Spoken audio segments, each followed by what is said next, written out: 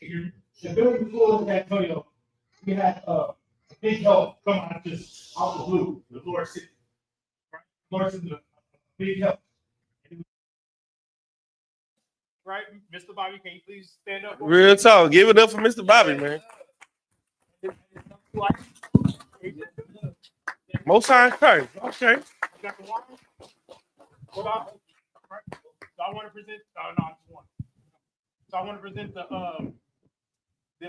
bottle of wine for the brother, right? So you can get a bottle of wine, and we have some flowers for his lovely wife. Thank y'all. We really do appreciate it. You know what I mean? We're gonna have a sound system now. That's right. Everything brand new in the box. They just here, y'all can have it. Listen, man, that's exactly what the Bible said will happen in the last days. That people will come and lay things at the feet of the prophets, and we do appreciate you, and we do, y'all didn't have to do that, and we do appreciate it. All right, no sweat. Dawada, you ready? We live? All right, Most High Christ, y'all clap it up. This is the closing of the Feast of Purim. All right, this is the closing of the Feast of Purim. We're going to go to Esther. In this feast, there is something that's very important about this that people may miss.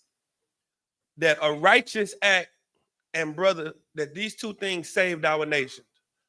A righteous act and brotherhood. These two things are very important in the building of our nation. We have to remain righteous when the world is evil. When it looks like everybody else is having fun, doing what's wrong, and living how they want to live, and it looks like they at peace, selling drugs and making so much money, you're going to have to remember the thing that's going to get you out of this hell is not being like them, but being a light unto them. If you are a light unto darkness, then you can make the world light. But you just can't be afraid to be that light. You got to be like the sun. The sun ain't never afraid to shine. But you want to hide your light under a bushel because it's not popular to be a light in darkness. And that's what happened in this story. And we're going to get into it because it's very instrumental for you to understand. I'm not going to start at the beginning. I would normally start at the beginning with Vashti. But I'm gonna skip this. I think I'm gonna spare the sisters today. And I'm gonna go straight to I want to go to chapter 2. Let me go to chapter 2. Yeah, let me go to Esther chapter 2, and I want to start at, let me see, 2:21. Let me see.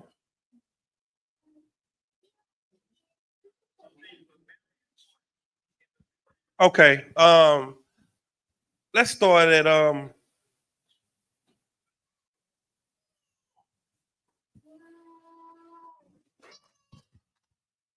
let's start at 2:21. We got a lot to read, so I want to get straight to the point. Go ahead. We're gonna do that at the end. All right, come on. Let's go. This is the book of Esther, chapter 2, verse 21. In those days, while Mordecai sat in the king's gate, two of the king's chamberlains, Bigthan and Teresh, of those which kept the door, were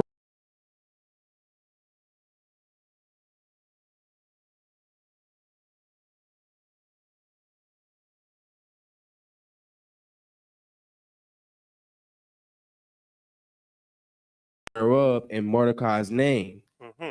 Verse 23. And the inquisition was made of the matter. It was found out. Therefore, they were both hanged on a tree. And it was written in the book of the Chronicles before the king. So these two men that worked at the gate of the king planned on killing the king. And Mordecai found out about it. And Mordecai told Esther, the queen, and they wrote it in the book of the Chronicles. This righteous act right here. See, a lot of times you do righteous acts and you don't see the benefit of it as soon as you do it. So sometimes you start to feel like maybe I should have, let this happen. Maybe I shouldn't have cared about this because it's not benefiting me that I didn't take this opportunity. And a lot of times in the world and in the streets, money is easy to come by when you're getting it fast. And sometimes you taking the low road and just saying, I'm gonna work hard, it may not feel as beneficial until your friends go to jail, until they get caught in the scam that you were going to be involved in. Then you say, I thank the Lord I didn't do that. Well, this happened to Mordecai. I think we're gonna have to go to the beginning, because I'm gonna just tell you the story because we got a lot to read and I don't want to take up a lot of time. Esther was told by her uncle Mordecai to go and try to be the queen because Vashti, the king's wife, was disobedient to the king. And when she was disobedient to the king, his counsel said something that's very important. And every brother, I really want you to understand this because you got to understand this too. Go back to chapter 1. And the king was trying to call his wife in to the princess to show everybody.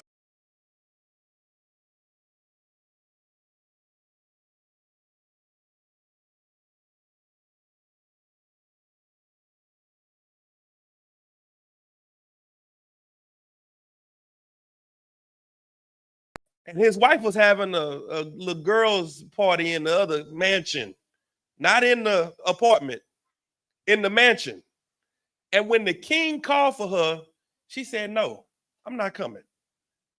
This embarrassed the king. And this is the counsel that his men gave him. Read verse 9, 1 and 9. Khan. This is the book of Esther, chapter 1, verse 9. Also, Vashti, the queen, made a feast for the women in the royal house, which belonged to King Ahasuerus. Read 11. Khan, verse 11. To bring Vashti, the queen, before the king with the crown royal, to shew the people and the princess her beauty, for she was fair to look on. Go ahead. Verse 12. But the queen Vashti refused to come at the king's commandment by his chamberlains. Therefore was the king very wroth, and his anger burned in him. Read verse 15. Khan, verse 15. What shall we do unto the queen Vashti according to the law? Because she hath not performed the commandment of the king Ahasuerus by the chamberlains. Go ahead. Verse 16. And it's like it. And Memucan answered before the king and the princess, Vashti the queen hath not done wrong to the king only, but also to the princess and to all the people that are in the provinces of the king Ahasuerus. Keep going. Khan, verse 17. For this deed of the queen shall come abroad unto all women. To who? Unto all women. Keep going. So that they shall despise their husbands in their eyes. And when it shall be reported, the king Ahasuerus commanded Vashti, the queen, to be brought in before him, but she came not. Let me tell you what they said. They said, listen, sir, you got to do something about this because I'm not a king. And if your wife won't listen to you and you are the king, then when my wife found out about it, she for sure ain't going to ever listen to me. If you run 129 prophecies and you can't get her to listen to you, then what am I going to do? And I don't run nothing but bath water. He said, you're right. I have to do something about this. I'm going to have to do something. Why? Because it's going to affect the nation.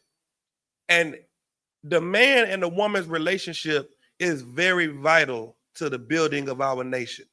The order that we have to have order. We got to be in order. Why? Because we can't build anything without order. No company is ran because everybody is the boss. There is nothing in this world that ran and everybody is equal in the workplace. There has to be an order. And this is how Esther got in this seat. Esther became queen, I seen a post today about Nelly and his ex-wife. And it said Nelly and his ex-wife was having arguments.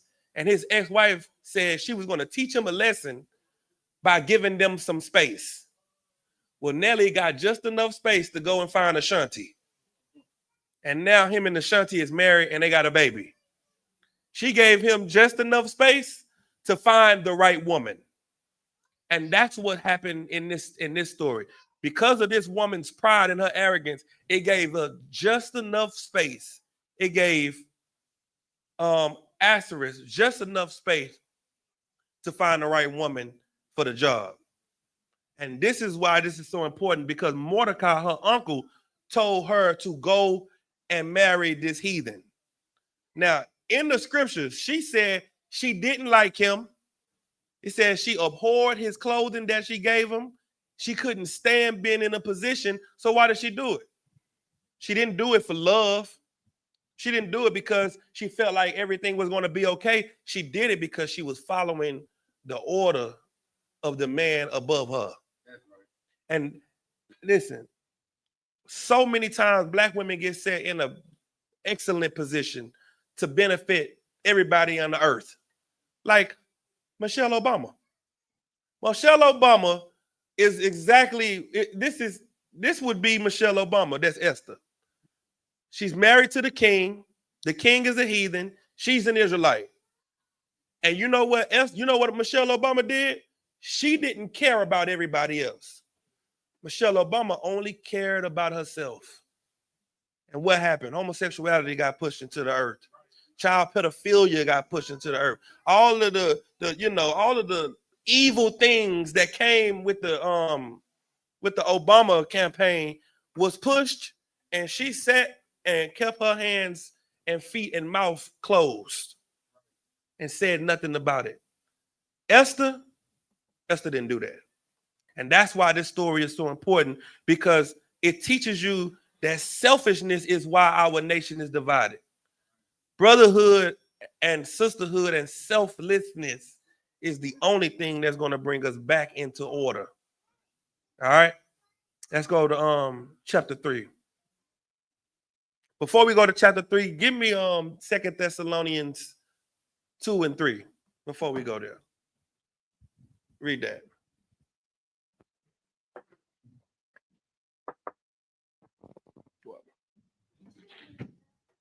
This is the book of 2 Thessalonians chapter 2, verse 3. Mm-hmm. Let no man deceive you by any means, for that day shall not come, except there come a falling away first, and that the man of sin be revealed. And the what of sin? The man of sin. See, we are so consumed in this world, and we think that our problem is so big.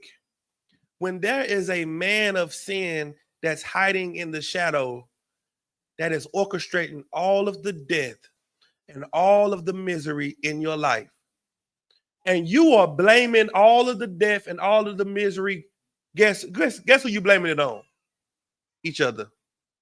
You're blaming it on, you saying that you're the biggest drug dealer in the community because all the drug dealers you know are Black. But you don't know that the plugs are white. That's right. You don't know that you talk about the cartel, but you don't know the cartel get it from the government. There is a man of sin that has always had his hand in your pot. He would cast a rock and hide his hand. And because he hid his hand, you always believed you were the problem. Well, now we're going to do what? What's the first? What has to happen? For that day shall not come, except there come a falling away first. First thing you're going to have to do is fall away from the man of sin's doctrine, from his mindset, from loving him, from trying to join them, for having sympathy for them. The sympathy that you have for them is hurting your children and your family. They got this test that they do where they show the kids a white dog and a black dog. And they say, which dog is the ugly dog? And they point to the black dog. They say, which dog is the smart dog? And they point to the white one. Which one is the pretty dog? They point to the white one. And with this test, the only way you're going to be able to teach your children that they're not the ugly doll is you're going to have to say the white doll is the ugly doll and you are the pretty doll. You are the smart one. You're not going to be able to share the love. You're going to have to reveal the ugly, the dumb, and all of that out of everyone else in order for your family and for your children to benefit from the information. Do y'all understand? Because we have been in this captivity for so long, we've tried our best to, try to love everybody and unify with everybody. And that has done nothing but destroyed us. And all it takes is one evil man to destroy the entire nation. That's all it takes. And that man of sin, what? And that man of sin be revealed, the son of perdition. The son of what? Perdition. Perdition means destruction. Well, guess what? The son of perdition that we know that's in the earth right now is our oppressor. He is the son of destruction. His hand is in all of the evil things that we ignore and blame each other for. Now go back to Esther. Come on, sir. Now we're at Esther chapter 3. Start at verse 1. Come on, sir. This is the book of Esther, chapter 3, and verse 1. After these things did King Ahasuerus promote Haman, the son of the son of Hammedatha, the Agite, and advanced him and set his seat above all the princes that were with him. Mm-hmm. Verse 2, and all the king's servants that were in the king's gate bowed and reverenced Haman, for the king had so commanded concerning him. Mm-hmm. But Mordecai bowed not. But who? But Mordecai bowed not. Go ahead. Sir, nor did him reverence. Mm-hmm. Then the king's servants, which were in the king's gate, said unto Mordecai, why transgressest thou the king's commandment? Keep going. Now it came to pass, when they spake daily unto him, and he hearkened unto them, that they told Haman to see whether Mordecai's matters would stand. For he had told them that he was a Jew. And when Haman saw that Mordecai bowed not, nor did him reverence, then was Haman full of wrath. He was full of what? Full of wrath. This one black man didn't bow to this white man, and this white man was full of anger. Now, this ain't a nation problem. This is a me and you problem. You walked out the door, I didn't respect you. One black man didn't respect one white man. Let's see what he felt was good justice for that. Go ahead. Come on, sir. And he thought scorn to lay hands on Mordecai alone, for they had showed him the people of Mordecai. Wherefore Haman sought to destroy all the Jews. He did what? He sought to destroy all the Jews. Now, I want y'all to understand the reason we're bringing this to your remembrance is because we've been denying this for so long. The scripture said that they have a perpetual hatred for you. You know what that means? Never ending, ongoing, and it's for nothing. It's not based off of anything. It's just a hatred that they have inside of them for you that you will never understand. This man got into it with one brother and said he has to do what? And sought to destroy all the Jews. Keep going. That were throughout the whole kingdom of Ahasuerus. Keep going. Even the people of Mordecai. Read. Verse 7. In the first month, that is the month of Nisan, in the 12th year of King Ahasuerus, they cast Pur, that is the lot, before Haman from day to day and from month to month to the 12th month. Mm-hmm. That is the month of Adar. And Haman said unto King Ahasuerus, there is a certain people scattered abroad and dispersed among the people in all the provinces of thy kingdom, and their laws are diverse from all people. Mm-hmm. Neither keep they the king's laws. Therefore, it is not for the king's profit to suffer them. Keep going. If it please the king, let it be written that they may be destroyed. And I will pay 10,000 talents of silver to the hands of those that have the charge of this business. Let me tell you, There is a black boy that offended some white man that you know in elementary. And he grew up to become the CEO of the health department and said, you know what? We need to put something in their water, GMO in their food, put something in the vaccines. We got to do something about them. I didn't make the football team in middle school because of these black people. It's a hatred in him that he can never forget and never forgive. This is what you're reading about right here. This ain't new. This is as old as the garden, the serpent in the garden. This is as old, this is ancient. This hatred that they have for you is ancient. And that's why the Lord said, vengeance is mine, I will repay. He said, Lamech said, if the what is the top of on? So like there's something to the paraphrasing, sir, that if for Cain it was 7 times over, for me let it be 70-fold, 70 times. He said if it was 7 times vengeance for Cain, then for me, since I'm his grandson, it should be 70 for me. You know what that means? Our oppressor knows that the Lord is not going to allow us to put our hands on him. He knows that's our death wish. The more we want to touch him, the Lord has to keep his promise and punish us for touching him. The Lord said, vengeance is mine, I will repay. You don't need to focus on getting vengeance back for him. You need to focus on loving one another. You need to focus on being brothers to each other. Why is that so important? Because sometimes we get so consumed. People think because we're Israelites, we just hate the white man. No, we hate the system. We hate the way we're destroyed because of him. And we're going to hate him so much, we're never going to do his drugs. We're never going to marry his women. We're never going to do anything that he will be able to accuse us of before our God. Because the white man is the accuser of the brethren. That's what he do. He stands before day and night saying, yeah, they selling drugs. Yeah, I put it in a community, but I didn't make them sell them. Yeah, I put the guns in a community, but I didn't tell them to shoot each other with it. Right. And so now we're going to have the mental fortitude to not do the things that can get us jammed up with our God. Keep reading. Kanawakan, sir. And the king took his ring from his hand and gave it unto Haman, the son of Hammedatha the Agagite, the Jews' enemy. The what? The Jews' enemy. Why is that saying that? Because in your mind, we don't have no enemies. We all supposed to love each other.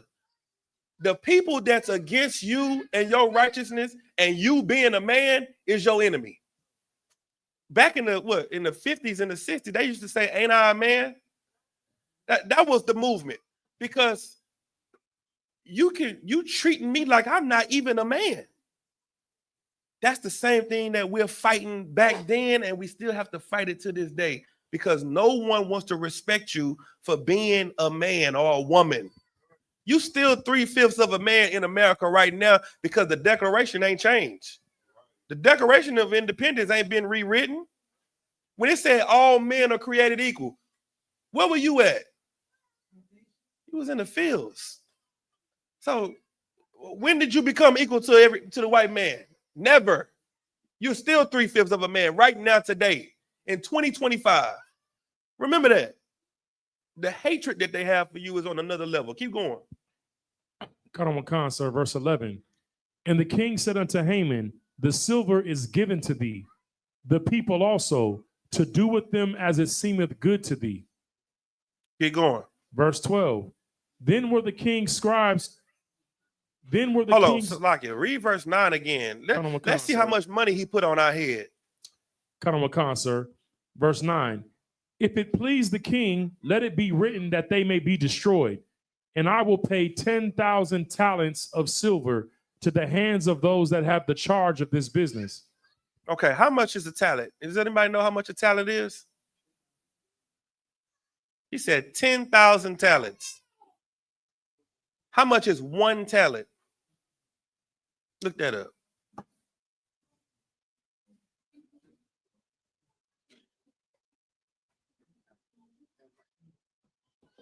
I think it's like 18,000 or something.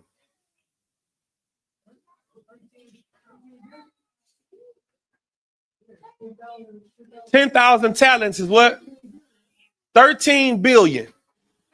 Yeah, that's how much money he put. See, y'all reading this and like, oh, that's just $10,000. No, he put 13. Okay, one talent I think is $18,620. So 10,000 of that is like you got 13 billion on yours. What you got?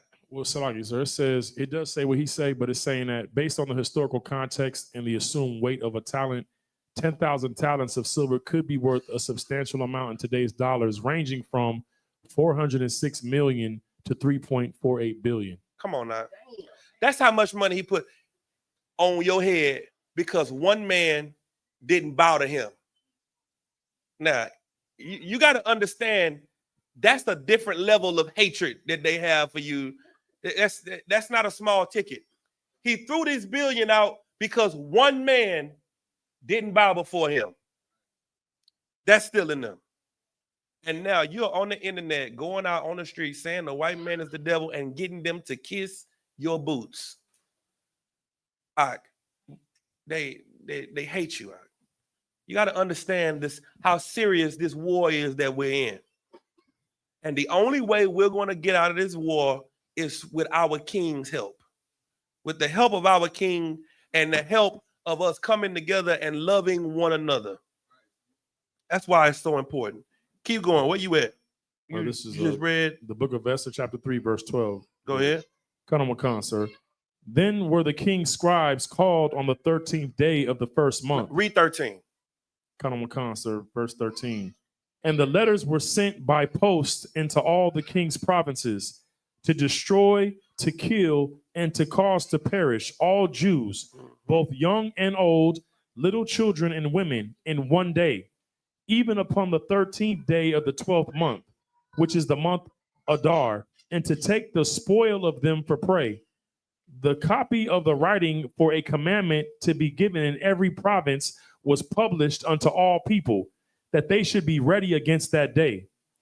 The post went out, being hastened by the king's commandment, and the decree was given in Shushan the palace. And the king and Haman sat down to drink, but the city of Shushan was perplexed. Do you understand that? This sounds like Elon Musk and Donald Trump together. What are they doing? Conspiring against one people. All this stuff going on, and the most important thing in their mind are what are we going to do with these Israelites? We need to deport them. We need to make sure that we take their jobs. The state of Nebraska is going bankrupt. They didn't even think about it. The lady said, it's kind of crazy that we voted for Trump to get rid of the immigrants when the immigrants are 70% of the workers in our state. We didn't think it was going to affect us like this, but it did. 70% of their workforce has been deported or left the state. Nebraska is going bankrupt in 6 months. And they never considered it. You know why they didn't consider it? Because of how much they hate you. Because of the hatred. See, they try to make us seem like we're the hate group.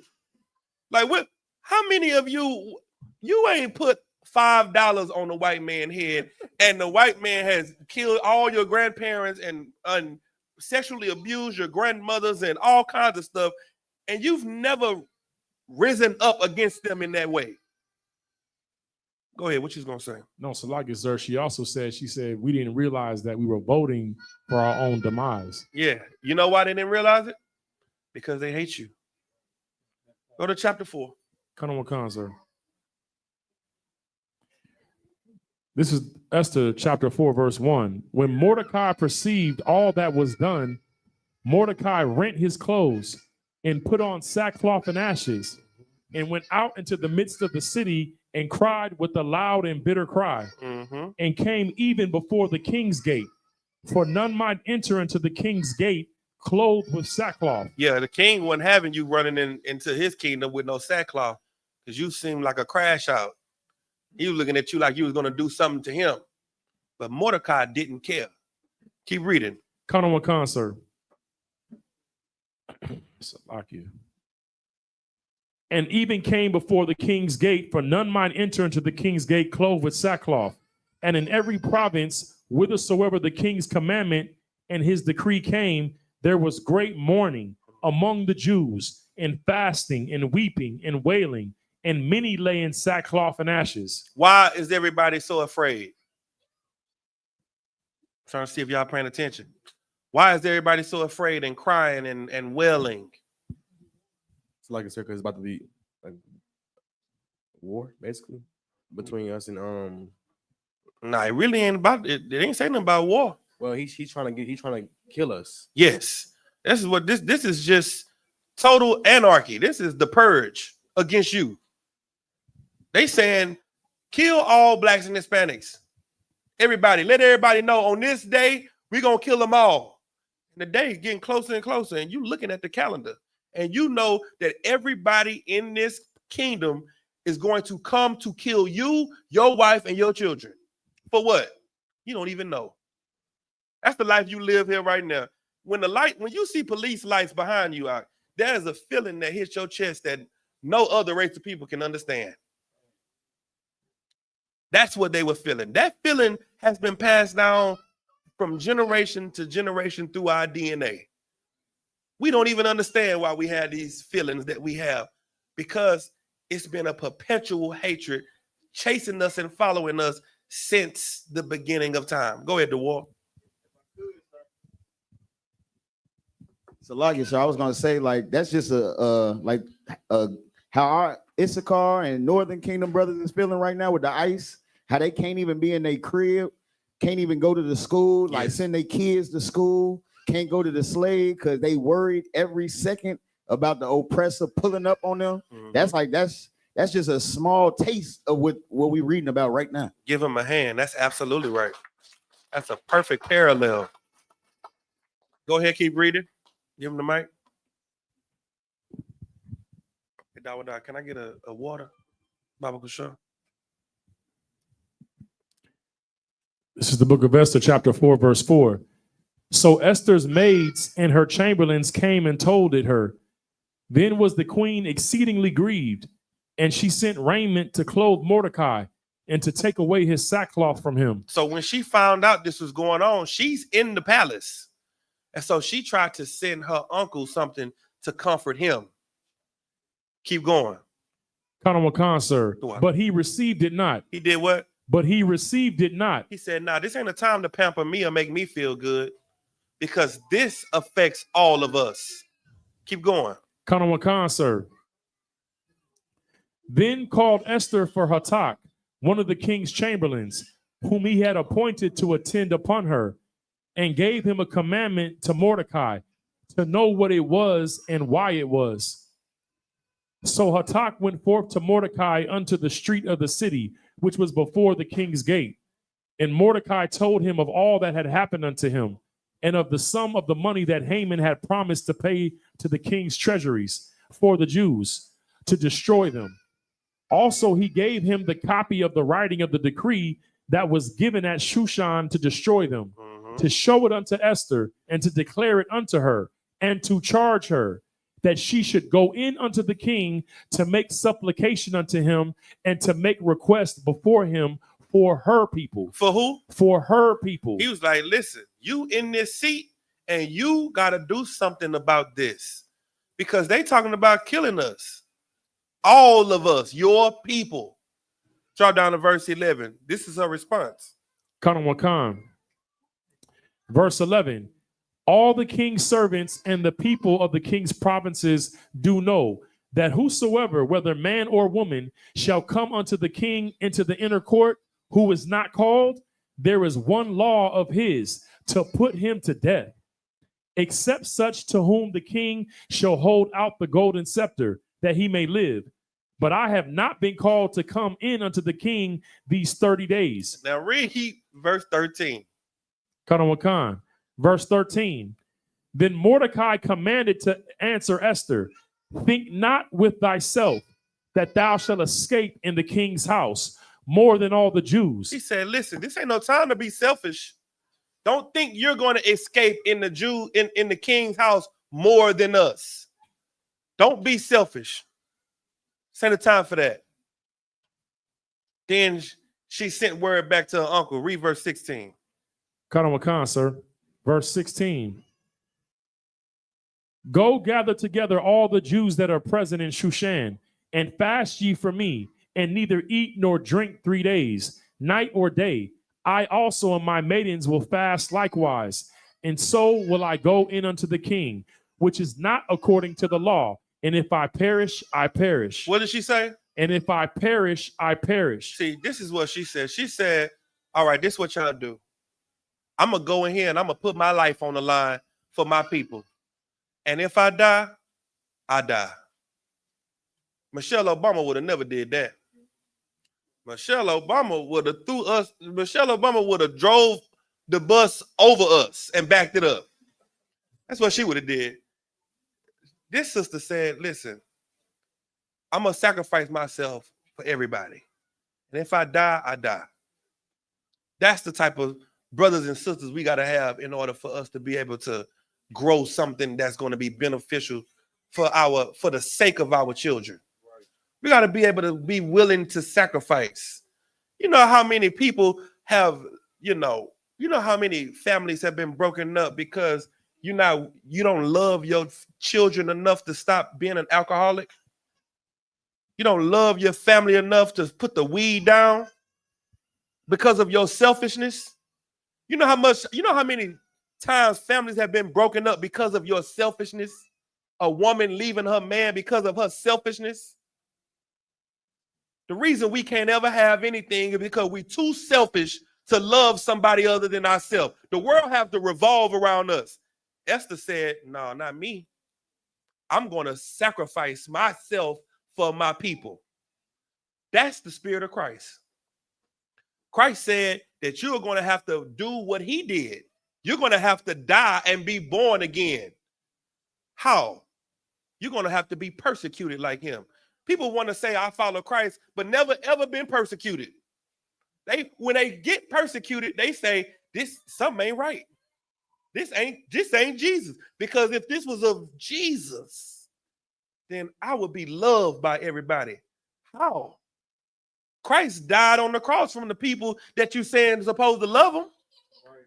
They stood in the crowd and said, crucify him. The people he loved. That's not the spirit of Christ for you to be selfish. Christ was selfless.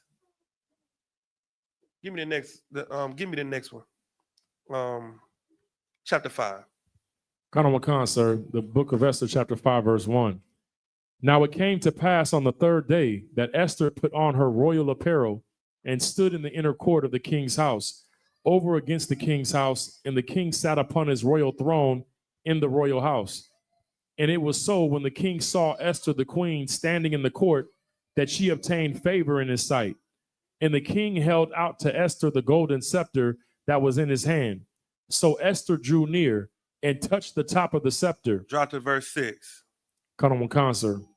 Verse 6. And the king said unto Esther at the banquet of the wine, what is thy petition? And it shall be granted thee. And what is thy request? Even to half of the kingdom it shall be performed. Mm-hmm. Verse 7. Then answered Esther and said, my petition and my request is, if I have found favor in the sight of the king, and if it please the king to grant my petition and to perform my request, let the king and Haman come to the banquet that I shall prepare for them, and I will do tomorrow as the king hath said. Keep going. Come on, concert. Verse 9. Then went Haman forth that day, joyful and with a glad heart. But when Haman saw Mordecai in the king's gate, that he stood not up nor moved for him, he was full of indignation against Mordecai. Hey, give Mordecai a hand. Give Mordecai a hand. Listen, he like, I ain't got to be friendly with you now. You're already going to kill us. Ain't no reason for me to bow down to you now. Mordecai still standing stiff on him. Mordecai still ain't bowing. That's a real Benjamite right there. That's a Benjamite. Keep going. Verse 10. Nevertheless, Haman refrained himself. And when he came home, he sent and called for his friends and Zeresh, his wife. Listen, he's like, you know what? I don't got time for this Jew today. I had a good day. The queen wants to have me and the king She wants to make a dinner for us. This is a good day. I'm not going to let this Negro mess up my day. Drop down to 13. Verse 13. Yet all this availeth me nothing, so long as I see Mordecai the Jew sitting at the king's gate. I'm sorry, I skipped the best part. He went home and started telling his family and his wife and his kids that the queen want to have a meeting with me and the king tomorrow. And man, it's going to be a good day. And then right after he says how good the day going to be, he said what in 13? Yet all this availeth me nothing, so long as I see Mordecai the Jew sitting at the king's gate. He said, none of this matters to me because I see him still alive. I'm meeting with the king and the queen tomorrow, but that don't mean nothing to me because this nigga is still here. That's what he said. Keep reading. 14. Verse 14. Then says Zeresh his wife and all his friends unto him, let a gallows be made of 50 cubits high, and tomorrow speak thou unto the king, that Mordecai may be hanged thereon. Then go thou in merrily with the king unto the banquet. And the thing pleased Haman, and he caused the gallows to be made. He said, listen, why don't you just get a gallows made so that he can be hung on it? He was like, yes, that's an excellent idea. And this man Haman obviously had extreme power in this kingdom because everything he wanted to do, he did it immediately. It was done just like that. Next chapter 6. Verse 1. On that night could not the king sleep. And he commanded to bring the book of records of the chronicles, and they were read before the king. And it was found written that Mordecai had told of Bigthana and Teresh, two of the king's chamberlains, the keepers of the door, who sought to lay hand on the king Ahasuerus. And the king said, what honor and dignity hath been done to Mordecai for this? Then said the king's servants that ministered unto him, there is nothing done for him. And the king said, who is in the court? Now Haman was come into the outward court of the king's house. Now, do y'all understand what just happened? The king read the chronicles. He had a long day. He forgot some things. So he said, read the records. What happened? They read the records and they said, oh yeah, you forgot to reward Haman for saving your life because the men were trying to kill you. And Haman told, he said, you're right. What did we do to reward him? He was like, nothing, sir. He's like, okay, who was that walking up? It was Haman walking through the court. So now the king is talking to Haman. What is he saying? Now Haman was coming to the outward court of the king's house to speak unto the king to hang Mordecai on the gallows that he had prepared for him. He was coming in the court to say, yeah, I got a new idea. We need to hang him now. This is the new idea I had. I know I said I wanted to kill them all, but I want to make sure Mordecai get hung. So now he coming in to put his request in for Mordecai to get hung. Keep going. Verse 5. And the king's servant said unto him, behold, Haman standeth in the court. And the king said, let him come in. So Haman came in, and the king said unto him, what shall be done unto the man whom the king delighteth to honor? Now Haman thought in his heart, to whom would the king delight to do more honor than myself? And Haman answered the king, for the man whom the king delighteth to honor, let the royal apparel be brought, which the king uses to wear, and the horse that the king rides upon, and the crown royal, which is set upon his head. And let this apparel and horse be delivered to the hand of the one of the king's most noble princes, that they may array the man withal whom the king delighteth to honor, and bring him on horseback through the street of the city, and proclaim before him, thus shall it be done to the man whom the king delighteth to honor. Now, everybody knows who he thinks this is about. He thinks the king wants to reward him. And so now he's setting up his own reward. He's like, what should I do? Well, you know what you should do? You should give me that you should give him. Yeah. Did I say me? My bad. You should give him that Jaguar out there And let him wear that Gucci suit that you wore the other day. Remember when I complimented you? Let him wear that because that was a bad suit you had on. In the Jag, and then let him be rolled through the city and let everybody know that, you know, he the man. And the king was like, yeah, that's a good idea. Keep going. Kanawakan, sir, verse 10. Then the king said to Haman, make haste and take the apparel and the horse, as thou hast said, and do even so to Mordecai the Jew. To who? To Mordecai the Jew. See, this is the best part of the story to me, because our oppressor is digging a ditch that he's going to fall into. He's doing all of this to destroy us, and it's going to be for his own demise. And the Lord is showing us right here how quickly things could be turned upside down. 1 minute we can look at our situation and say how bad life is and how much, you know, we're being oppressed. And all it takes is one little thing to flip it upside down. And now everything that was designed to destroy you is destroying someone else. The Bible says that the Lord will make your enemy your footstool. For so long, we've been the footstool for everyone else. But one day, we'll be resting our feet on the backs of them that have their mind to destroy you. Keep going. Kanawakan, sir. That sitteth at the king's gate. Let nothing fail of all that thou hast spoken. Then took Haman the apparel and the horse and arrayed Mordecai and brought him on horseback through the street of the city. Oh my God. Can you imagine how mad this white man is?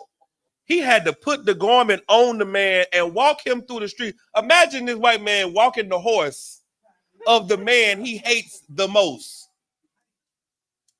That's sweet. That's sweet victory right there, brother. Keep going. Kanawakan.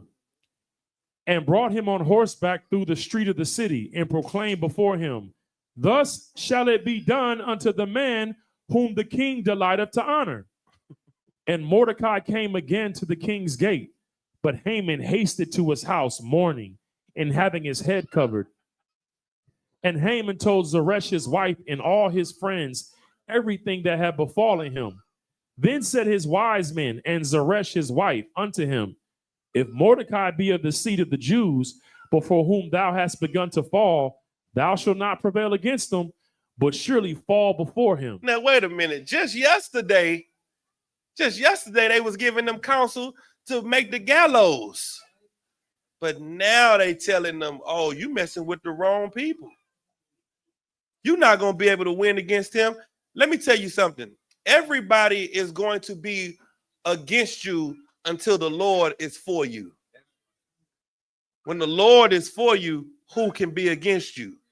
Nobody. And that's what's happening right now. You at the bottom of society. So everybody laughs at you and looks at you like you're ignorant and you're in a cult, because you are the ones that have enough courage to stand out and say the thing that the world don't ever want to say. Right. So now you the fools. That's what they call. You are the fools for Christ. One day, the clouds gonna crack open. Christ's gonna come back, and now they're going to be the fools because they were not believing in Christ. Which one do you want to be? Do you want to be with the majority or with the minority?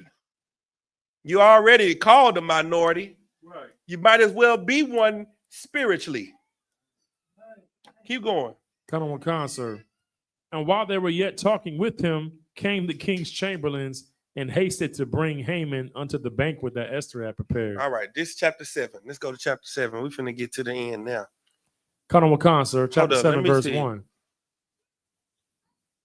So Esther calls the king and Haman into the banquet. And now Esther is talking to the king. Read verse 4. Kanawakan. Verse 4. Read 3. Kanawakan, sir. Salaki. Then Esther the queen answered and said, if I have found favor in thy sight, O king, and if it please the king, let my life be given me at my petition, and my people at my request. For we are sold, I and my people, to be destroyed, to be slain and to perish. But if we had been sold for bondmen and bondwomen, I had held my tongue. although the enemy could not countervail the king's damage. Now, did you hear what she said? She said, if we would have just been sold into another captivity, I would have never said nothing. But we are being sold, our lives are being sold. We've been sold to death. So I have to say something about this. Keep going. Colonel Concert, verse 5. Then the king Ahasuerus answered and said unto Esther, the queen, who is he, and where is he, that does presume in his heart to do so? Keep going. And Esther said, the adversary and enemy is this wicked Haman. Then Haman was afraid before the king and the queen. Keep going. Verse 7. And the king, arising from the banquet of wine in his wrath, went into the palace garden. Keep going. And Haman stood up to make request for his life. To Esther. Hey, go outside. Keep going. And Haman stood up to make request for his life to Esther the queen, for he saw that there was evil determined against him by the king. Keep going. Then the king returned out of the palace garden into the place of the banquet of wine, and Haman was fallen upon the bed where Esther was. Then said the king, will he force the queen also before me in the house? Listen, the king gets mad at this news that he's hearing, so he walks out the room. Haman lays on the bed to plead for his life, to say, oh, no, I didn't know it was your people.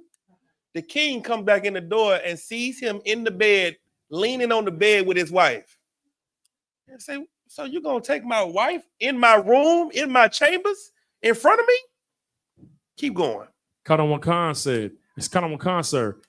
As the word went out of the king's mouth, they covered Haman's face. Everybody know what that looked like. Put that bag over his head and professionally escorted him out of the premises. Keep going. Colonel Khan, verse 9. And Harbonah, one of the chamberlains, said before the king, behold also the gallows 50 cubits high, which Haman had made for Mordecai, who had spoken good for the king, standeth in the house of Haman. See, you know what got brought up about Mordecai? His one good deed. His one good deed. Now, when you add that into the sentence, it just makes everything Haman talks about much more evil. Because he said, this man built gallows for Mordecai, who's spoken good for you. That's a little different right there. This ain't just a person. This is somebody that stood for me, fought for me, saved my life. This good deed. And now you got gallows. How is the gallows? 50 cubits is 75 feet, sir. 75 feet is how many stories? I believe it's 5 to 7 stories. That's like 5 to 7 stories. Imagine Haman had gallows built that was 5 to 7 stories high to hang Mordecai on. That's what he had. Keep going. Colonel Khan, sir. Then the king said, hang him thereon. He said what? Hang him thereon. He said, perfect. I got his final resting place. Put him up there. Keep going. Colonel Khan, verse 10. So they hanged Haman on the gallows that he had prepared for Mordecai. Then was the king's wrath pacified. Let me tell you something. My wrath is pacified too, just hearing it. Because that is exactly how this empire is going to fall too. After all the things that they've done and all the evil that they wished on us and all of the things they put in our minds about who we are and how we live and what type of people we really are, one day, all of that's going to change. And you're going to look at us and they're going to say, no, these black people have been the greatest people on this earth. They fought for everyone's rights. They marched with everyone. They're the most loving, compassionate people on the earth. No, they're the most intelligent people. All of these inventions were made by them. One day you'll get all the credit because of just one little small good deed that you've done. Now all of your deeds will come back into remembrance. All of them. And it will be the thing that is your oppressor's demise. All of the good that you do, because you're going to be judged for the good and the bad that you've done. Well, guess what? You have been being judged for all of the bad that you've been done in every captivity. Every day of your life, you living out the curses of your evil. And then one day you're going to start to live out the blessings of your righteousness. It's not going to take long. You're seeing it happening right now, every day. That's right. And it should encourage you to never give up on being who the Lord made you to be. This world was made for you to rule it. It was made for your sake. And we've got so consumed in trying to fit in a world that's being destroyed. That's like investing in the stock right now as it's going down every day. And you're putting all your last money into it. You're taking all your retirement funds and putting it into the stocks right now. And it's down 3,000 today. That's what you do every day when you go back into the world and live a life of sin, as the Lord is showing his spirit in this earth and he's coming back. As the Lord is showing that his king is on the way, you still think it's more important to fire up a blunt? You still think that bottle is more important than serving the Lord? All right, no sweat. But what you're not going to be able to say is that you didn't know. You're not going to be able to blame anybody but yourself. And then you're going to be the people that you read about in the Bible when it says, Lord, Lord, haven't I prophesied and prayed in your name? Haven't I worked? That's what the Christian church is full of, a whole bunch of people that think that they're righteous, that think they follow the Lord. Don't be like that in here. Don't be a hypocrite, because one day your works are going to be put to the fire. And we're going to see if you are talking about faith or if you have faith. You can tell faith by your works. What James say? What did James say? James 2 and 18. Try 2 and 18.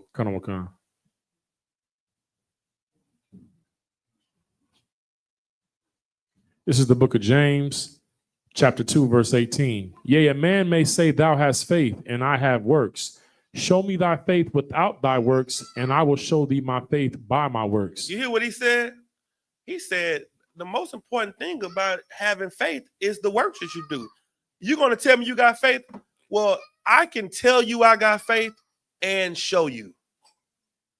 Actions speak louder word. Read the last verse. Verse 19. Thou believest that there is one God, thou doest well. The devils also believe and tremble. Keep going. But wilt thou know, O vain man, that faith without works is dead. Read that again.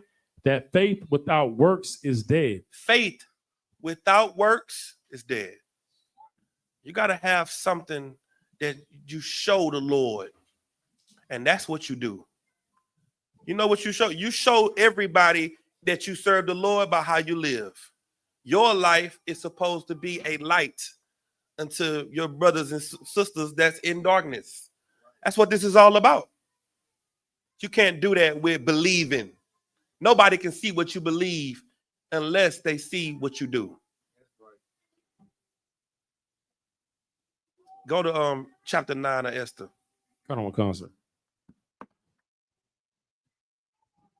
Leads us to this day. Read that, verse 1.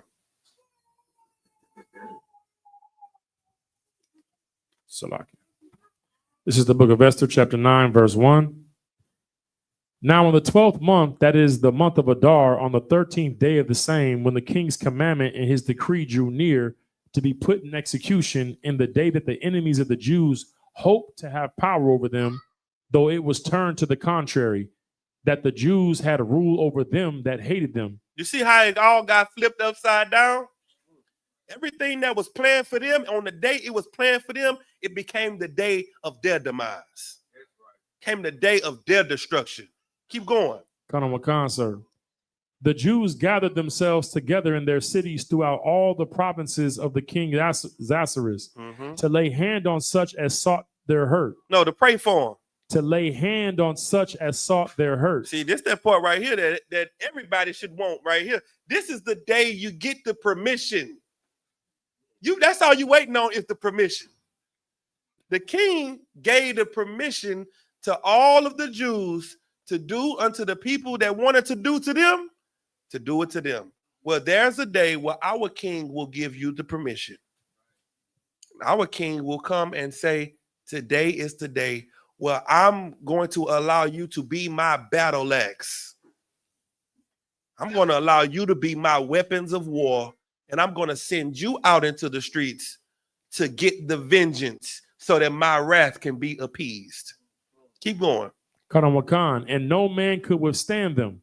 What happened? And no man could withstand them. Keep going.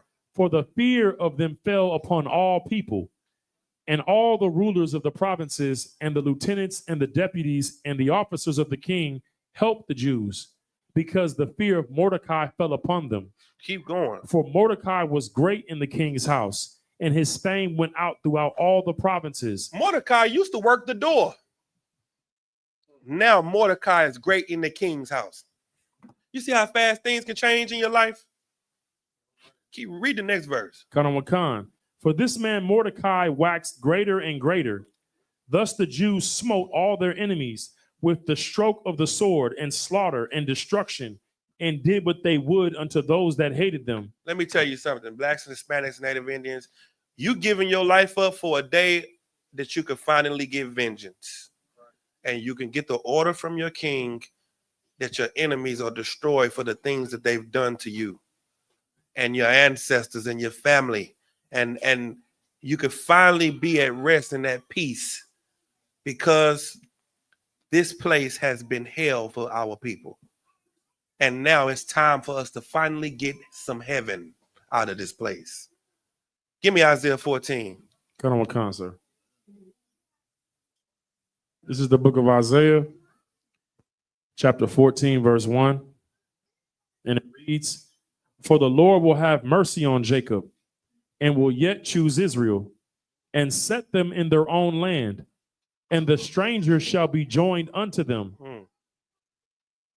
And they shall cleave to the house of Jacob, and the people shall take them and bring them to their place. Who gonna do it? And the people shall take them and bring them to their place. Go ahead. And the house of Israel shall possess them, and the land of the Lord. The house of Israel is going to do what? Shall possess them. What is a possession? The house of Israel is going to own them in the what? In the land of the Lord. In the land of the Lord. For friends? For servants and handmaids, and they shall take them captives, whose captives they were, and they shall rule over their oppressors. Give the Lord a hand. That's what we waiting for right there. You know why I gave up drugs, smoking weed? So I can have slaves. It's like, what's the weed or slaves? Which one do I want? Give me the slaves. I don't care about the weed. Keep the weed. Give me the servants and the handmaids. Because when I get the servants and handmaids, now I don't have to be a servant and a handmaid. You know how it feels every night knowing you got to get up in the morning and go and work a 12-hour shift just to have enough money to just pay the bills.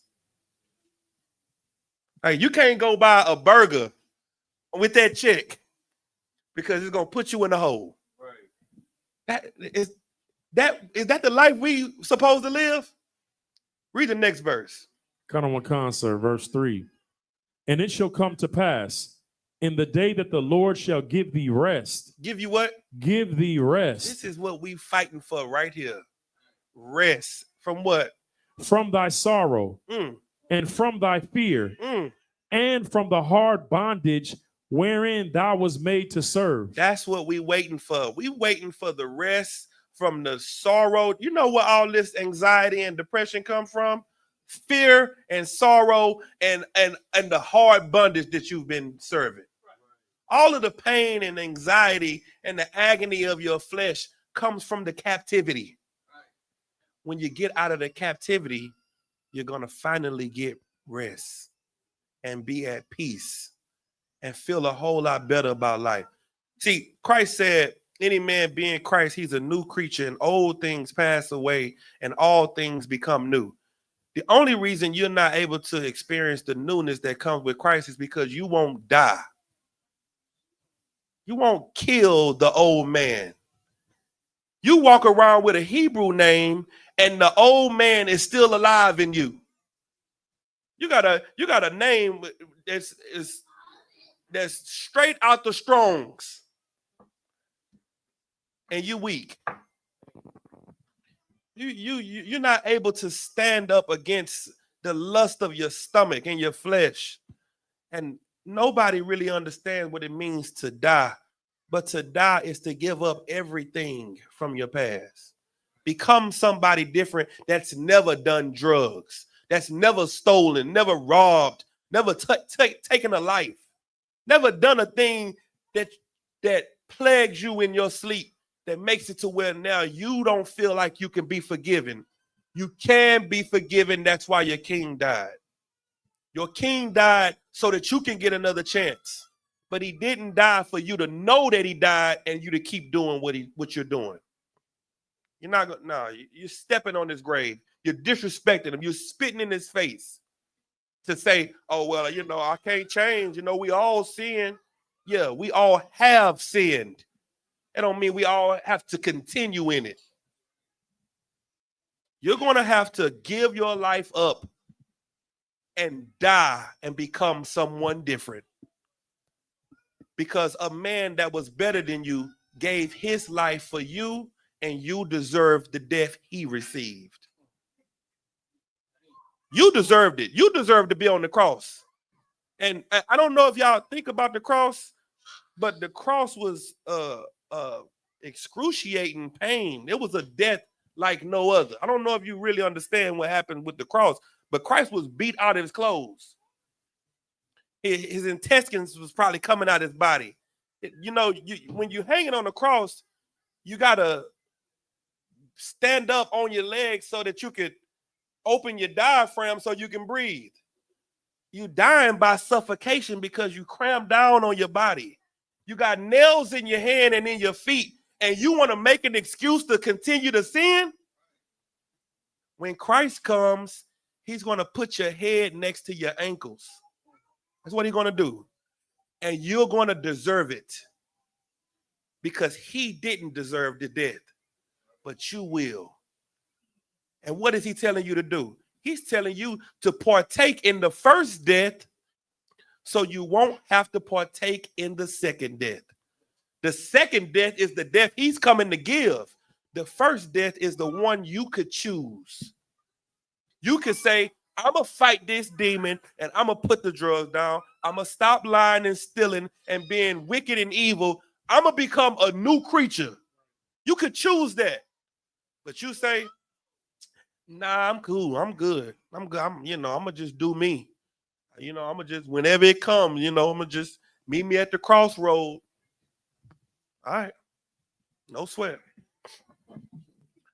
But this feast is something that we're going to remember because of the righteousness of two people, a man and a woman. And because of them working together, you are still here today and we got a nation. Because if it was up to Haman, give that a hand. Because if it was up to Haman, and if it wasn't for them and the Lord, we would have been hanging from them gallows. But guess who was hanging from the gallows? Haman and his family. With that, imagine, which means to stand. We're gonna give a courtesy salute. Now, before we do that, hey, give me the prayers. Where's the east? This way?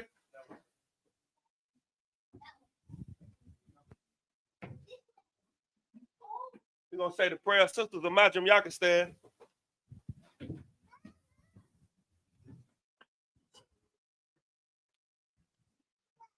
We're gonna say the Lord's Prayer in the Hebrew. Since we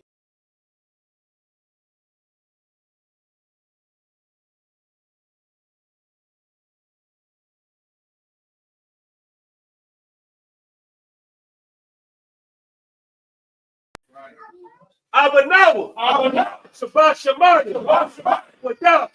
Haya. Simcha. Hawa. Rapaka. Zayaka. Haya. Shah. Rakata. Wa. Haya. Shemaya. Abanawa. Lakau. Whoa. What's the luck now? I'm a work now. What's the luck now? I'm a work here now. I'm a say a word. I'm shining now. My young. I'm a luck one. What her Allah. What her down for a rap. Not our love you. On mud. English. Our Father. Art in heaven. Hallowed be thy name. Thy kingdom come. Thy will be done. Give us this day. Daily bread. Forgive us. We forgive. Our debtors. Lead us not into temptation, but deliver us from evil. For thine is the kingdom, and the power, the glory, forever. So be it. Don't do a cut.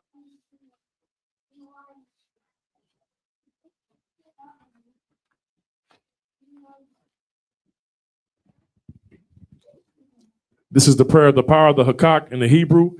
Yahweh, Ba'ashem Yahweh Shai, Baba Kwashah, Nathan Lanawa, Hakak, Larapa'ah, Kol Makala, Wakol Marawa, Hakak, Latahar, Hamatazorium, Hakak, Lahakwiyam, Hamathium, Hakak, Al-Rakawa, Hatama Allah, Lagar Shun, Ba'ashem Yahweh Shai, the water Aman. In the English, Yahweh, in the name of Yahweh Shai, please give us the power to heal all manner of sickness and all manner of disease, the power to cleanse the lepers, the power to raise the dead, the power against unclean spirits, to cast them out. In the name of Yahweh Shai. Thank you. So be it. This is the prayer to bless Israel. In the Hebrew, Yahweh, Ba'ashem Yahweh Shai, Barak Lanawa, Wa Yasha'ala, Wahaba Yasaparium, Barak, Ba'ashem Yahweh Shai, the water Aman. In the English, Yahweh, in the name of Yahweh Shai, bless us and Israel and the school in the name of Yahweh Shai.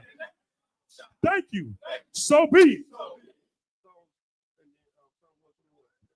Colonel McCon, sir. This is the book of Psalms 121 in the Hebrew. Asha Ayanya, Ahahorium, Ma'ayan, Yaba'a Azaria,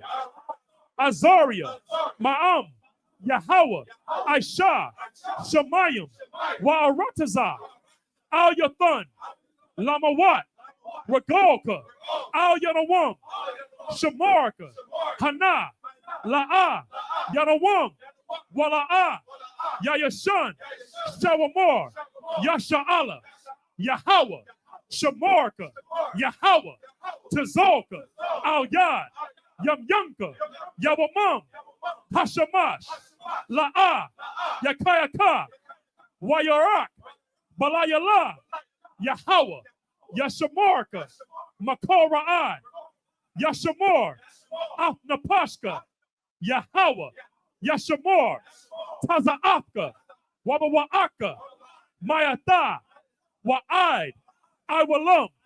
In the English, I will lift up mine eyes unto the hills.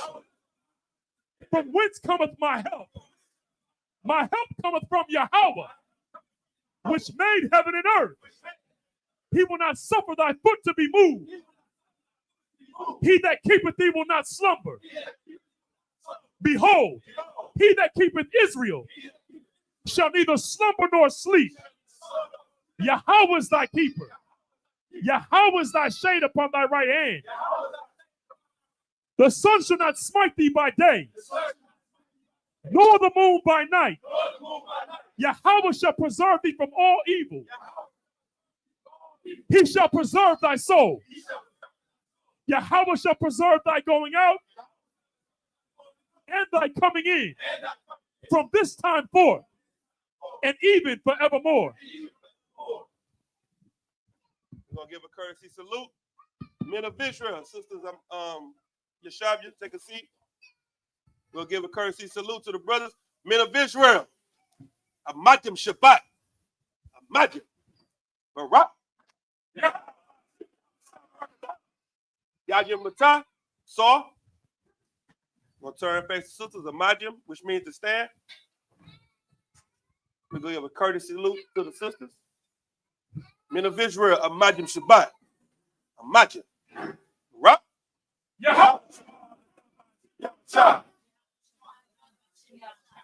Yajim Matah, dismiss.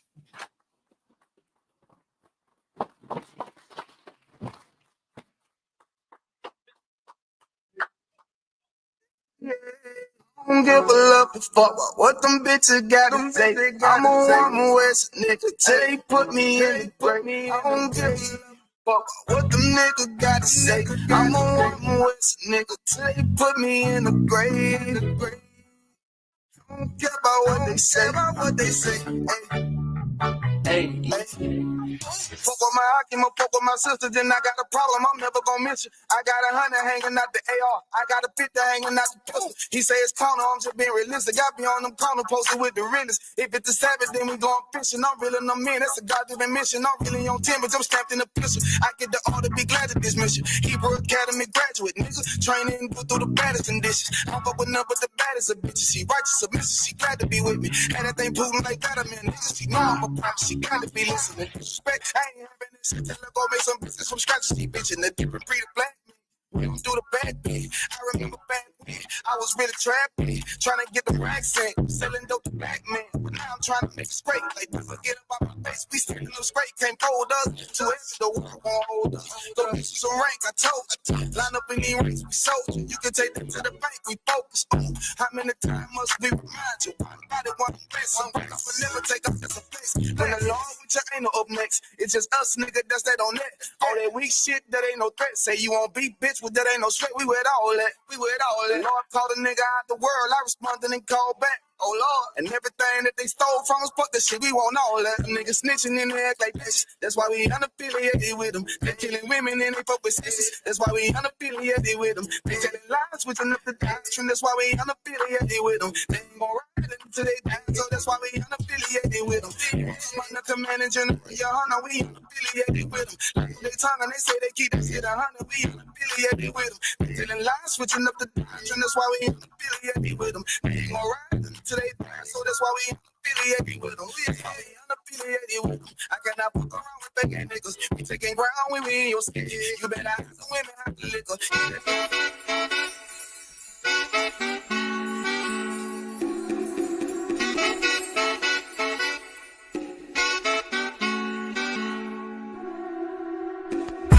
It's not about the money, it's the principle. Gotta watch who you revere, who you listen to. I speak the Easter, so my flow medicinal. And I buried the old man, now I'm invincible. Gotta be wise in judgment, it's critical. Either couple with this brotherhood or you'll get ridiculed. The greatest man, the greatest servant, I kill for who I minister to. And I'm going war, nigga, win or lose. Hey, I was forged from the fire, torn from the liar. If hand join in hand, you get caught up in the crossfire. Become a casualty of chance. I'm in my stance, still in hand, ready to swing it like a lance. If the enemy advance, I'ma enhance. Had the benefit of the doubt, he never had a chance. Hey, this the shit that they beg for, that burn down the wicked Judge Dredd flow. Bitch, I am the law. Dog faced, prepared for war. I'm gon' war till the day I'm done. Number one to the day I'm done. I'ma grind till the day is done. I'ma war till the day I'm done. They can't stop me. Nothing new up under the sun. I'm gon' war till the day I'm done. Number one to the day I'm done. I'ma grind till the day is done. I'ma war till the day I'm done. They can't stop me. Nothing new up under the sun. I see what they say. Never envy a carnal man. Claim they real, they actions don't match what they saying. I got the upper hand, what you don't understand, youngin'. I'd rather bleed than concede, now they saying something. These niggas cunning. They want my power, they never take it from me. Hey, for that money, I heard you assisted.